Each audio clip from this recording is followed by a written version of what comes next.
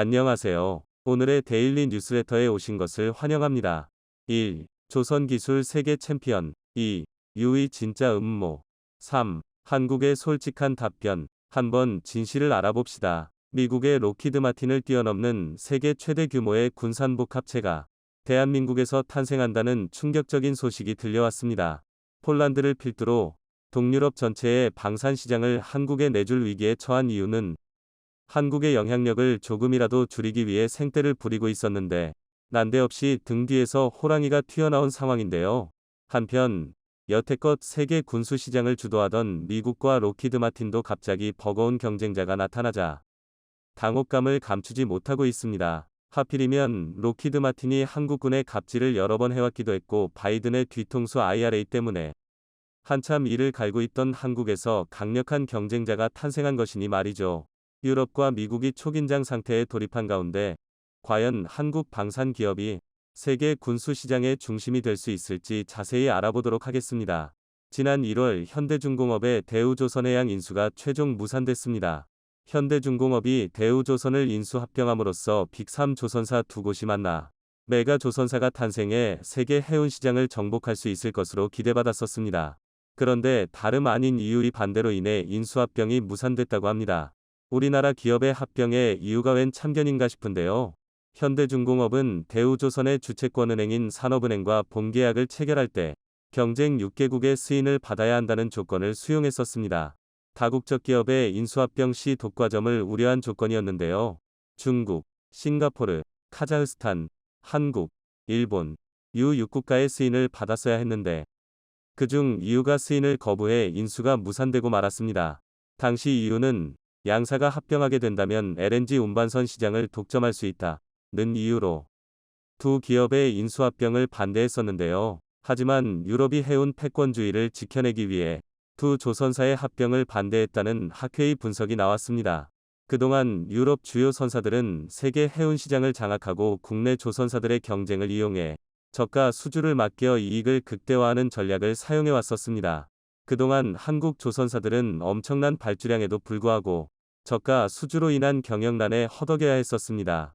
심지어 선박을 수주받으면 받을수록 적자가 늘어나는 악순환이 계속되고 있었는데 이를 EU에서 유도하고 있었다는 것입니다.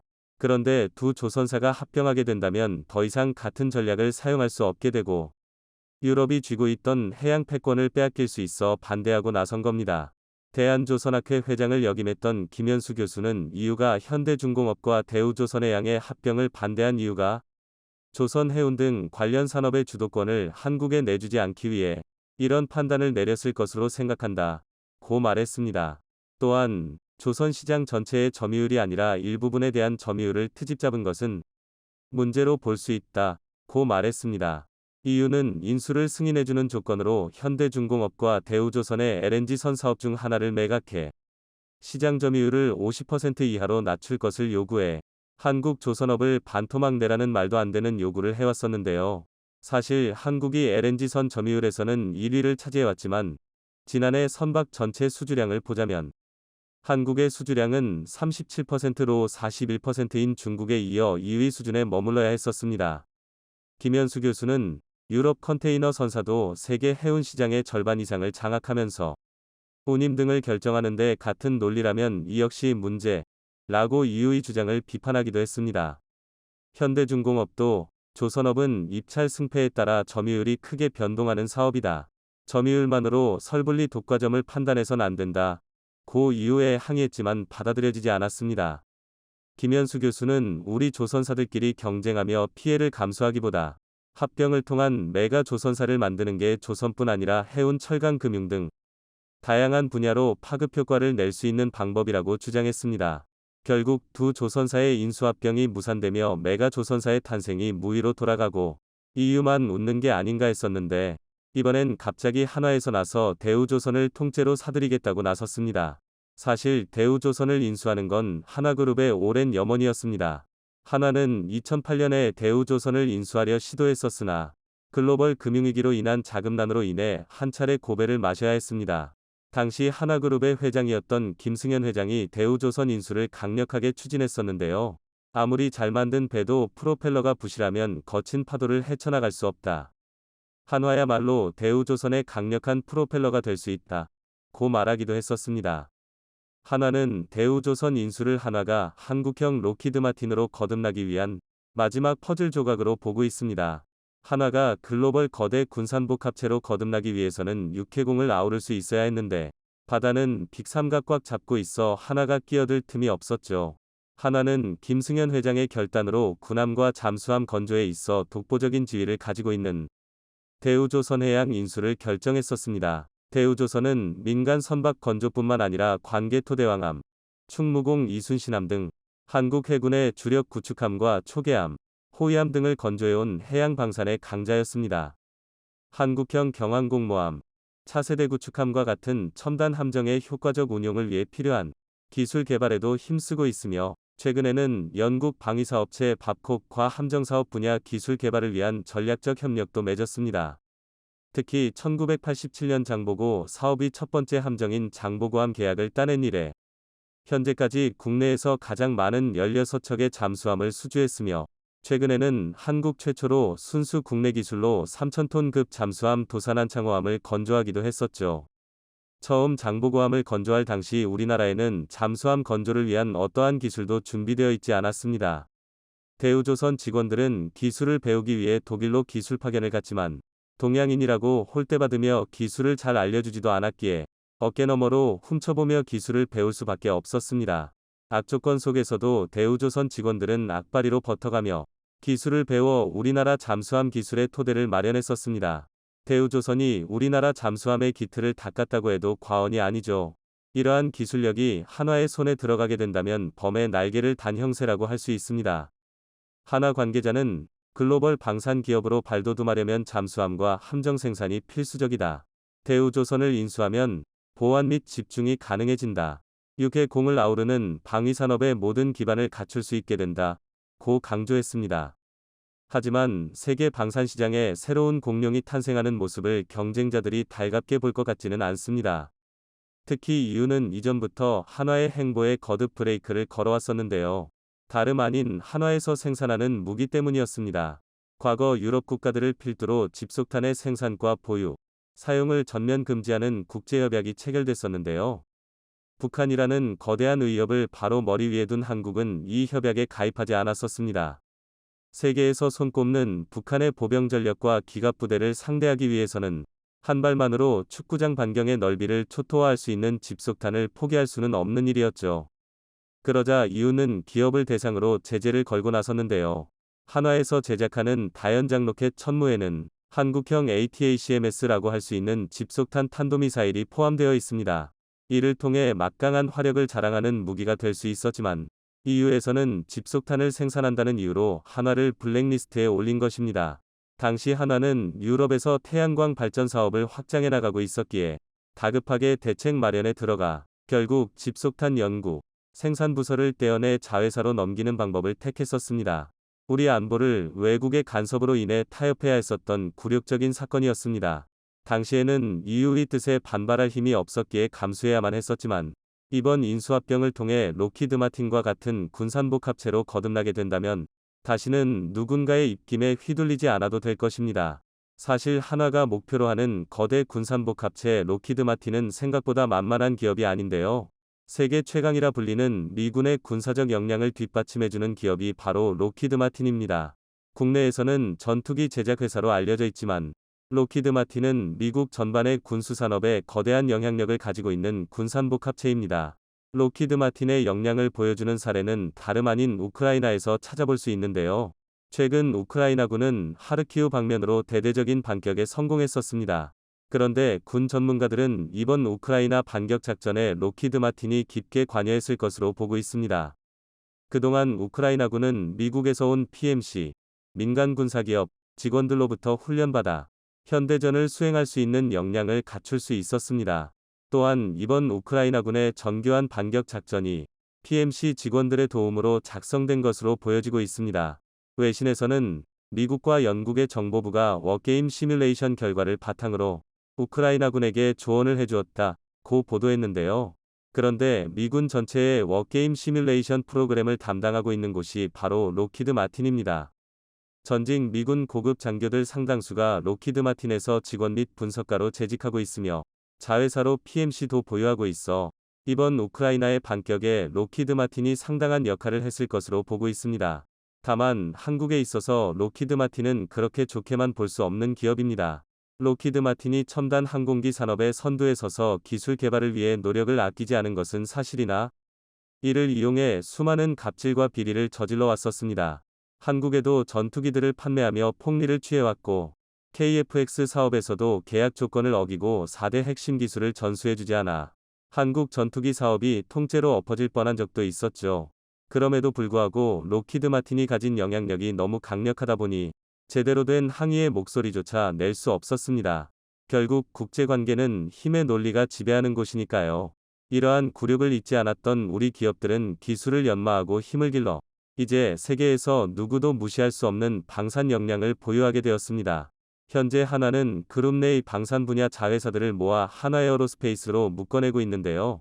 이를 필두로 우주까지 진출하려는 원대한 야망을 선보이고 있습니다. EU의 의선으로 인해 메가 조선사라는 오랜 수건이 좌절됐던 한국.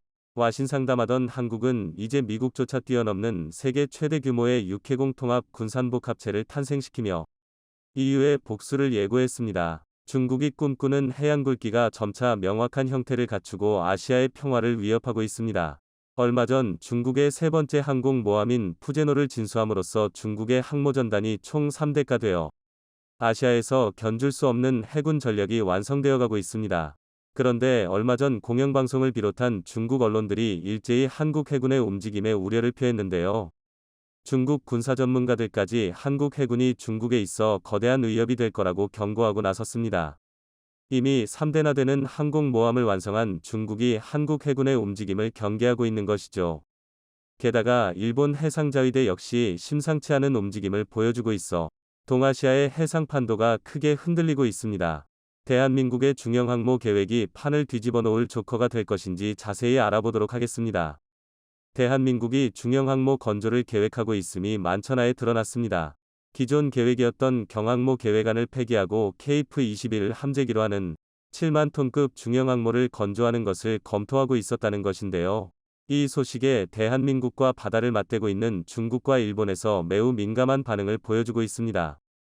특히 중국 관영 언론들은 대한민국의 항모 계획과 KF-21을 집중 보도하며 한국이 항모를 보유하게 된다면 중국에 지대한 위협이 될 거라고 경고하고 나섰습니다.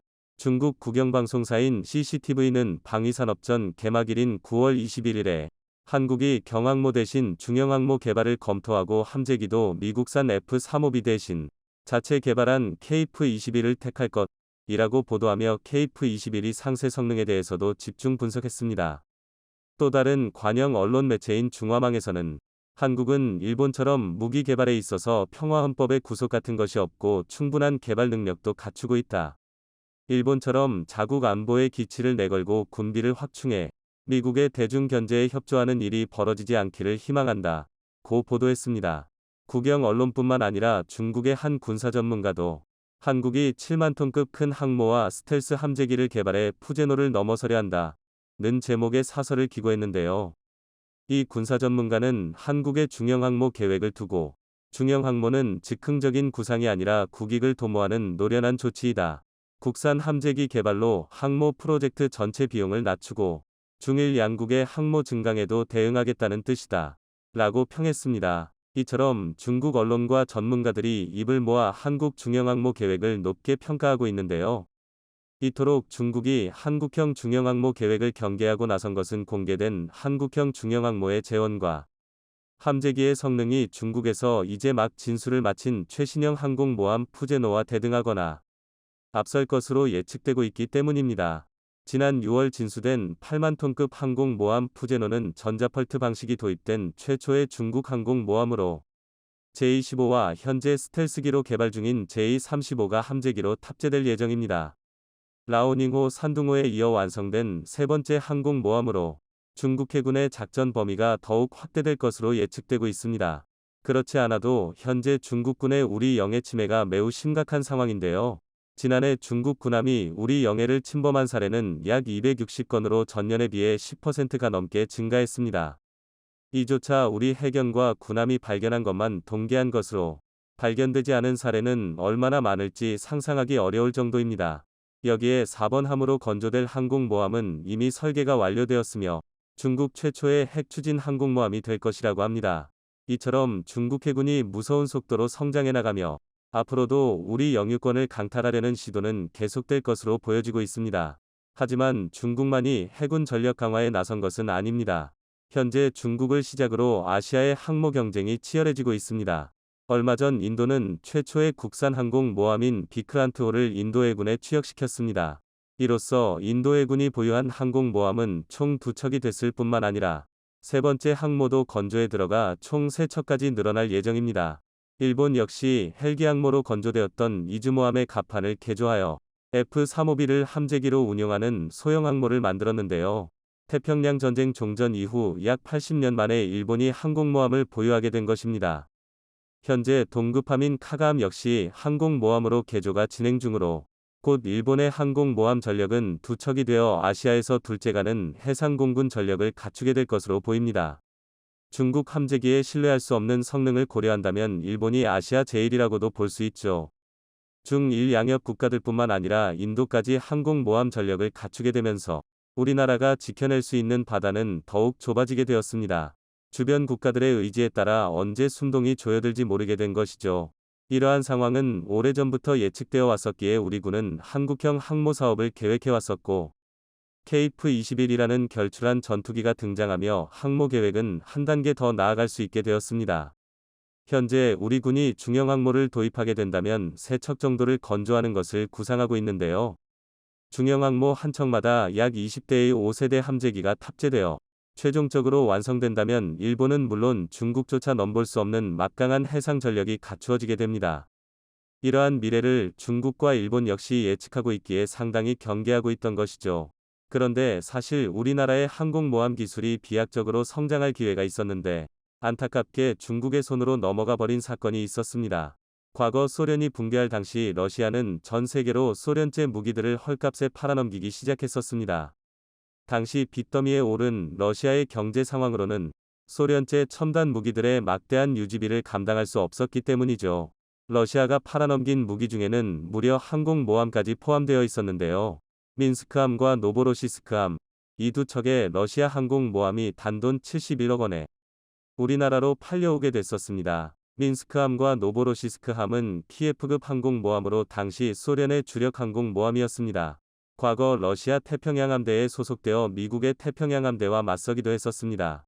그런데 러시아의 키예프급 항공모함은 45,000톤급에 불과해 10만 톤에 달하던 미국 항공모함과는 비교할 수 없어 보이는데요. 당시 미군은 이 민스크함을 매우 까다로운 상대로 보았다고 합니다. 민스크함에는 함포 3문과 대공, 대함, 대잠 미사일 60발이 탑재되어 있어 함 자체에서 막강한 화력을 투사할 수 있었습니다. 무장을 전적으로 호위함에 의존하는 미국 항공모함 설계와는 완전히 다른 사상의 설계를 지니고 있었던 건데요. 이는 미국에 비해 부족한 러시아 해군 전력으로 모든 상황에서 임무를 수행할 수 있을 것을 요구받았기 때문이었죠. 당시 키예프급 항공모함 한 척당 유지비가 연간 2천억 원에 달했으며 이를 감당할 수 없었던 러시아는 우리나라의 단돈 37억, 34억에 넘기기로 결정했습니다. 이렇게 헐값으로 팔리게 된 항공모함들은 한국으로 옮겨져 해체 후 역설계를 통해 항공모함 건조에 필요한 기술들을 추출할 계획이었는데요. 노보로시스크함은 예정대로 해체되어 우리 기술자들이 낱낱이 분석하는 게 가능했지만 민스크함은 환경단체의 격렬한 반대로 해체가 이루어지지 않다가 결국 중국으로 넘어가게 됐었습니다.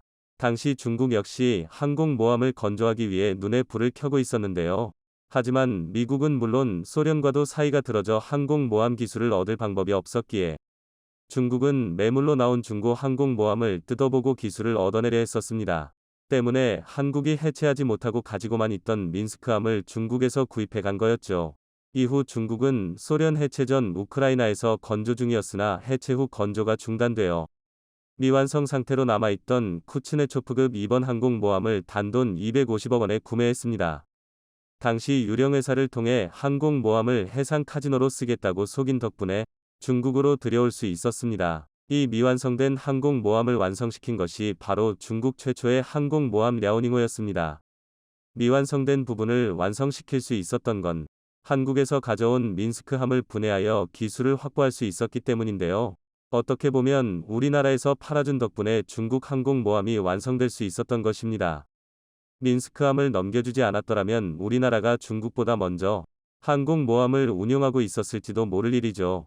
첨단 무기들은 폐기에 있어서도 국가안보가 달린 문제라고 생각하고 신중해야 한다는 교훈을 준 사건이었습니다.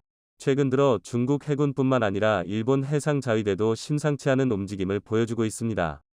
얼마 전 대만 동부 해안에서 대만과 일본 함정이 10시간을 대치한 사건이 발생했는데요. 지난달 29일 오전 11시에 대만 화해항에서 남동쪽으로 111km 떨어진 곳에서 연구 활동 중이던 대만 대학의 시나이에노에 일본 순시선이 접근하는 사건이 발생했습니다. 즉각 대만 해군도 보호를 위해 군함을 파견했고 일본도 순시선을 추가 투입했었습니다. 양측의 대치는 10시간을 이어지다가 다음날 오후 9시에 해산됐습니다. 사실 일본은 센카쿠 열도를 둔 곳 중국뿐만 아니라 대만과도 영토 분쟁을 이어나가고 있었습니다.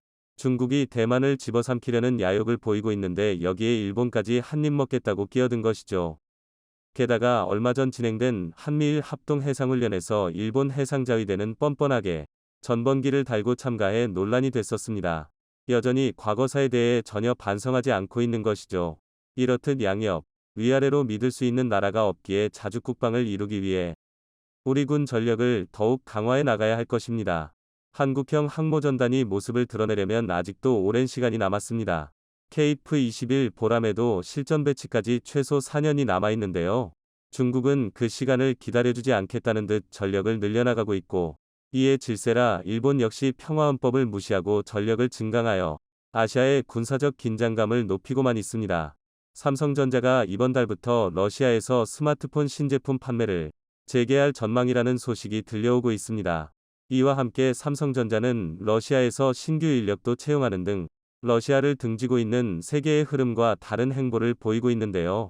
토요타나 엔비디아 등 러시아의 끝까지 남아있던 글로벌 기업들마저 미국의 압박을 견디지 못하고 러시아를 떠나는데 한국 기업은 철수에 관해서는 별 다른 입장을 보이지 않고 있습니다. 현재 미국 등 서방국이 러시아에게 제재를 가하고 있는 가운데 한국만 이런 결정을 내리자 미국은 한국 기업에게 불이익이 있을 것이라 협박하고 있는데요. 그러나 최근 아군인지 적군인지 모를 미국의 행동을 보면 삼성의 이런 결정이 이해가 가지 않는 것이 아닙니다. 외신에서도 이번 소식에 대해 미국의 이기적인 자국주의 때문에 한국 기업이 이런 결정을 내리는 것 같다며 보도하고 있는데요. 이에 대해 자세히 알아보도록 하겠습니다. 최근 러시아 매체들이 삼성이 복귀한다는 기사를 내고 있습니다.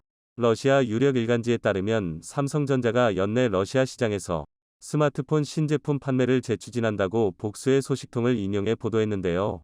이르면 이번 달부터 온 오프라인으로 팔 수도 있다는 추측을 하기도 했습니다. 러시아의 국영 매체 이즈베스티아도 삼성의 복귀에 대해 보도했습니다. 로이터 통신에 따르면 이즈베스티아는 회사 소식통의 말을 인용하여 삼성이 10월 판매에 나설 수 있다며 소매 유통 및 온라인 판매를 위해 선적을 재개할 것이라고 전했습니다. 삼성이 러시아 시장에 복귀할 경우 선적을 중단한 지 6개월 만인데요. 삼성전자는 이 같은 소식에 대변인을 통해서 아직 결정된 바 없다며 입장을 밝혔습니다. 그러나 러시아 내에서는 끊임없이 삼성의 복귀 소식이 보도되고 있으며 삼성의 복귀가 거의 기정사실화되어 가고 있는데요. 특히나 회사 소식통에 의해 나온 말이기 때문에 러시아 내에서는 삼성전자의 복귀 소식을 거의 확정적으로 믿고 있는 분위기입니다. 게다가 삼성전자는 최근 러시아 채용 플랫폼 헤드헌터를 통해 신규 인력을 뽑기까지 했습니다. 러시아 매체 C뉴스 보도에 의하면 삼성전자는 약 30여 명을 채용했다고 하는데요. 이들은 삼성전자 연구소에서 일하게 된다고 합니다. 또 현지 매체 소식에 따르면 삼성전자는 연구소 신규 인력 채용 외에도 러시아 내 병행 수입 제품 판매를 위해 대규모 채용을 준비 중이라고 하는데요. 이미 삼성은 모스크바에 있는 삼성그룹의 병행 수입 전문가를 모집하고 있다고 합니다. 이런 식으로 신규 인력을 채용할 준비를 하고 있는 것으로 보면 삼성전자는 아직 러시아 사업을 지속하려는 의지가 있는 것으로 보이는데요. 우크라이나 사태가 터지고 삼성전자는 반도체, 스마트폰 등 제품 수출 중단 발표는 했지만 러시아 사업 자체는 중단하지 않았기 때문에 이런 일련의 상황들을 종합해보면 삼성의 복귀 소식은 조만간 사실이 될지도 모르는 일입니다.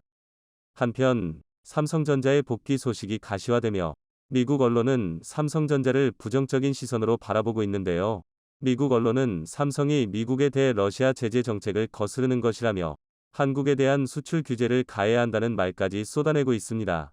애플, 나이키, 엔비디아 등 내로라 하는 기업들도 앞다퉈 러시아를 손절하며 철수하겠다고 밝히는 반면 세계적인 기업인 삼성만 다른 길을 걷고 있기에 이는 더욱 논란이 되고 있는데요.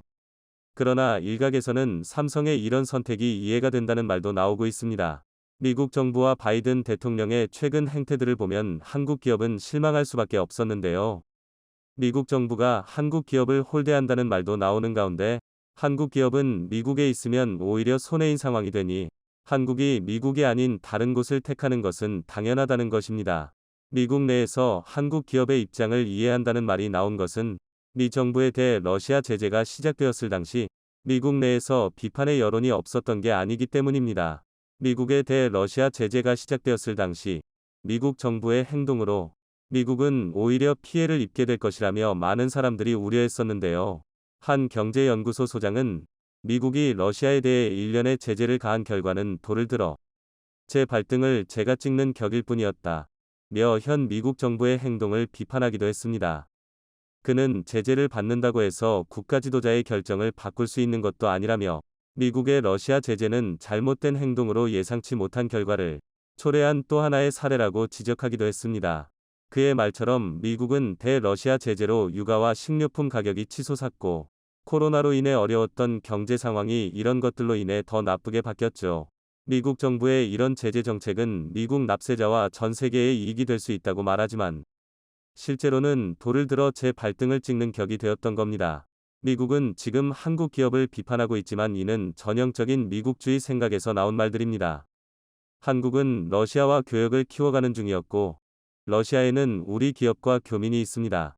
그런 부분은 하나도 생각하지 않고 한국에게 제재를 강요하는 것은 우리 기업에게 다 피해만 안으란 소리죠.